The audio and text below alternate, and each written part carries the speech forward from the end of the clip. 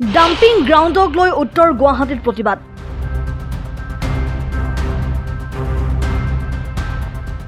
উত্তৰ গুৱাহাটীৰ ঐতিহাসিক দীৰ্ঘেশ্বৰী দেৱালয়ৰ সন্মুখত যধে মধে ডাম্পিং গ্ৰাউণ্ড সজাগ লৈ উত্তপ্ত হ'ল উত্তৰ গুৱাহাটী। উত্তৰ গুৱাহাটী পৌৰসভা আৰু পলাশবাৰী পৌৰসভাৰ আৱৰ্জনা জমা কৰিবলৈ লোৱা ঘটনাত প্ৰতিবাদ মুখৰ হৈ পৰিল উত্তৰ গুৱাহাটীৰ দল সংগঠন। অভিযোগ অনুসৰি মুকলি ঠাইত পেলোৱা আৱৰ্জনাৰ বাবেই শ শ পশুধন মৃত্যুমুখত পৰিছে। আৱৰ্জনাই সৃষ্টি কৰা প্ৰদূষণৰ বাবেই কেৱল আৱাসীৰেই নহয়, ঐতিহাসিক দীৰ্ঘেশ্বৰী দেৱালয়ৰ পূজা পাৰ্বণতো হৈছে অসুবিধা। বহু আবেদন নিবেদনৰ পিছত ৰাইজে পাতিলে ৰাজহুৱা সভা। সভাৰ প্ৰস্তাৱ মৰ্মেই ডাম্পিং গ্ৰাউণ্ডৰ প্ৰৱেশ পথত বেৰ সাজি সাব্যস্ত কৰিলে প্ৰতিবাদ। এই উত্তৰ গুৱাহাটীবাসীয়ে আচলতে গাখীৰ খুৱাই সাপ পুহি আছিল।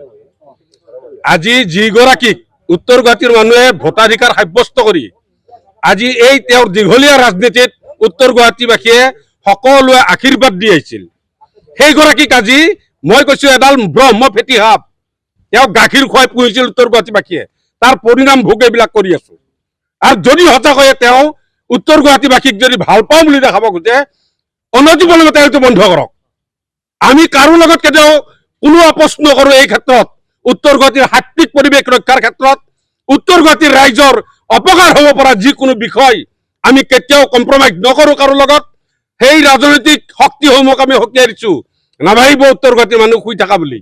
গতিকে আপোনালোকক আমিও জানো গাখীৰ খুৱাই সাপ পুহিছো সঁচা কথা, সেই সাপৰ বিষ কেনেকে জাৰি উলিয়াব লাগে সেইটোও আমি ভালকে বুজি পাম। এই গোটেই আচলতে আঁচনিখন আপোনালোকক ক'লো এখন বৃহৎ আঁচনি, এটা বহুত লাৰ্জ স্কেলৰ আঁচনি।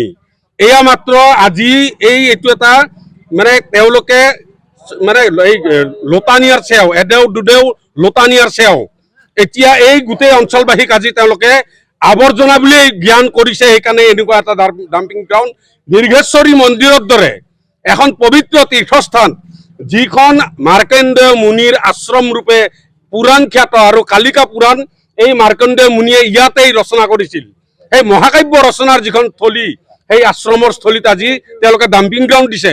এয়া চিন্তা, এয়া চেতনা নেকি? কিন্তু কথাটো হৈছে সিহঁতে নটিফিকেশ্যন বাহিৰ কৰা নাই।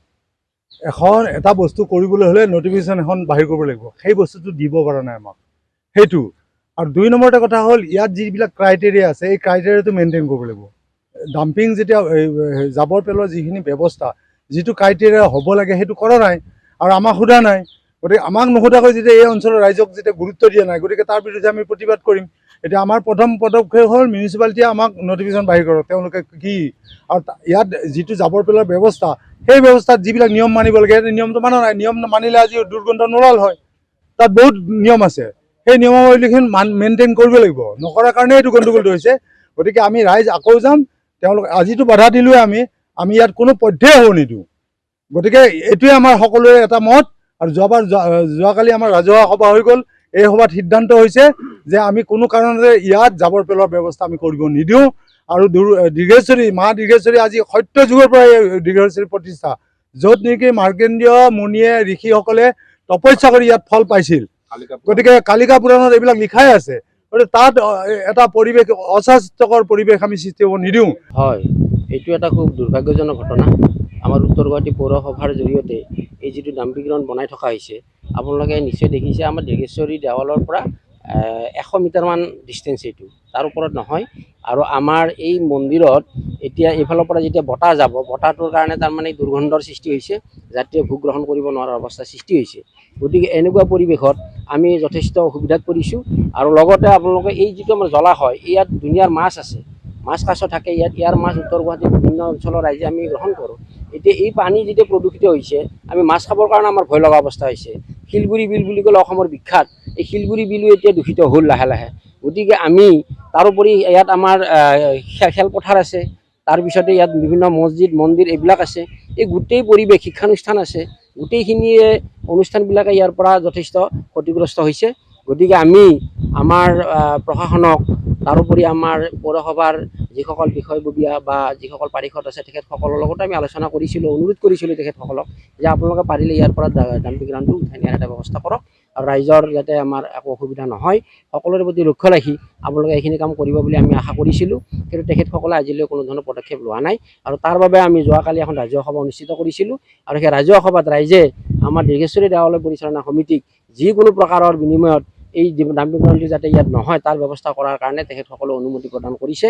আৰু আমি সেই সুযোগতে আমি কামৰূপ জিলা প্ৰশাসন তাৰোপৰি আমি পৌৰসভাৰ যিসকল বিষয়ববীয়া আৰু পাৰিষদ তেখেতসকলক বাৰে বাৰে হাত জোৰ কৰি অনুৰোধ কৰিছোঁ, আপোনালোকে যাতে আমাৰ ৰাইজৰ এই বৃহত্তৰ স্বাৰ্থৰ প্ৰতি লক্ষ্য ৰাখি এই ডাম্পিং গ্ৰাউণ্ডটো ইয়াৰ পৰা অন্য এটা স্থানত নি পেলাই সকলোৰে উপকাৰ কৰে। তাৰ বাবে এইটো উত্তৰ গুৱাহাটী পৌৰসভাৰ নিষ্কৃষ্ট কাণ্ড, আমি ইয়াক গৰিহণা দিছোঁ।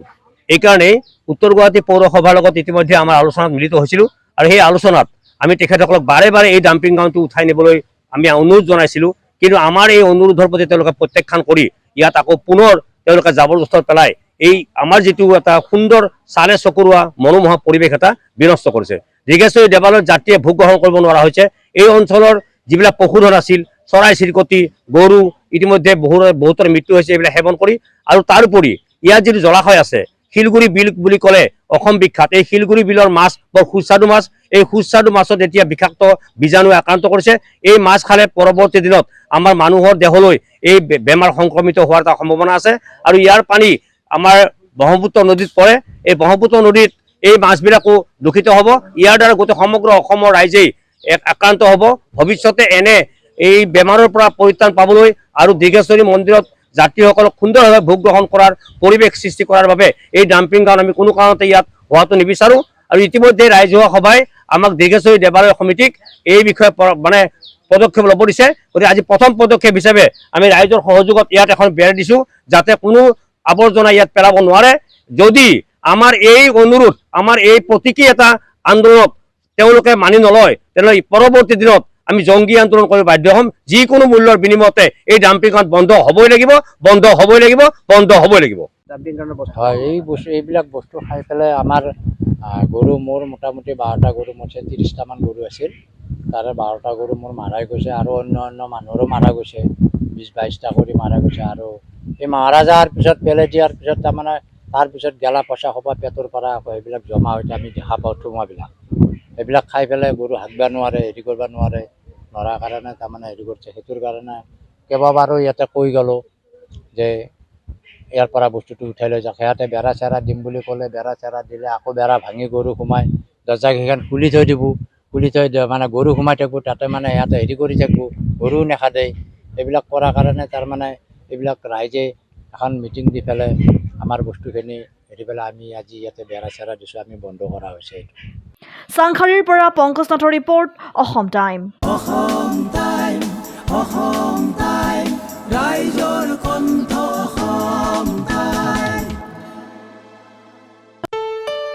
ঘৰত আনন্দ আৰু সম্পৰ্কৰ চমক বজাই ৰাখিবলৈ জৰুৰী হৈছে সকলো আনন্দময় মুহূৰ্তত মৰমৰ উপহাৰ দিয়াটো। সেইবাবে মধুশ্ৰী জুৱেলাৰ্ছে আনিছে সকলো ৰঙীন ক্ষণৰ বাবে বিশেষ গহনা। হীৰাৰে হওক, সোণৰে হওক বা ৰূপৰে হওক, শ্ৰেষ্ঠ ডিজাইনছ আৰু হলমাৰ্কযুক্ত গহনাই ৰাখে সম্পৰ্কক নিখুঁত। তেনেহ'লে আজিয়ে আনক আনন্দ মধুশ্ৰী জুৱেলাৰ্ছৰ সৈতে। যোগাযোগ কৰক 7002800341 নাইবা ভিজিট কৰক LNB ৰোড, নলবাৰী, অসম।